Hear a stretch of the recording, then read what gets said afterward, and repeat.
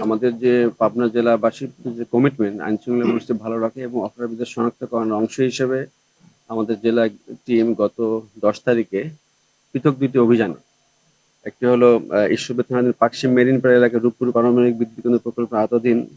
ওয়াসাপোর্টের guest house সংলগ্ন টিনের ঘর থেকে গোয়েন্দা তত্ত্বের ভিত্তিতে ওখানে অভিযান পরিচালনা করে আমরা বেশ কয়েকটি অস্ত্র উদ্ধার করি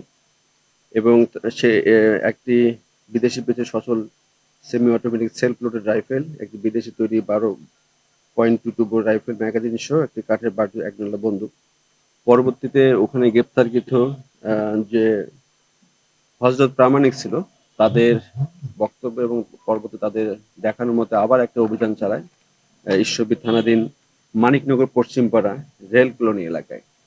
আমাদের এই গোয়েন্দা টিম এই দীর্ঘ কয়েকদিন থেকে এই তথ্যটা ছিল আমাদের সঙ্গে যে এরা আমাদের প্রায় 20 জন সদস্য 5টা টিমে বিভক্ত হয়ে 3-4 দিন থেকে কমপ্লিটলি বিভিন্ন ওয়েতে খোঁজখবর নিয়ে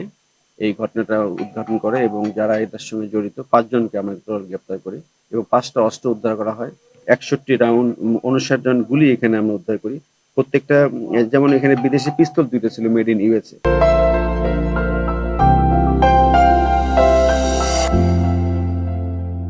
পাশাপাশি চেক রিপাবলিকের একটি এসএলআর টাইপ এখানে অস্ত্র একটি ছিল। তা আমি আপনাদেরকে এটা বলার উদ্দেশ্য হলো যে আমরা ঈশ্বরদী সহ সমস্ত এলাকায় যাতে আমাদের যারা এটার সঙ্গে জড়িত এবং এর মাধ্যমে যে সমাজে অস্থিতিশীলতা মানুষের মধ্যে ভীতি সৃষ্টি করতে চায় সেই প্রেক্ষাপটে আমাদের গোয়েন্দা টিম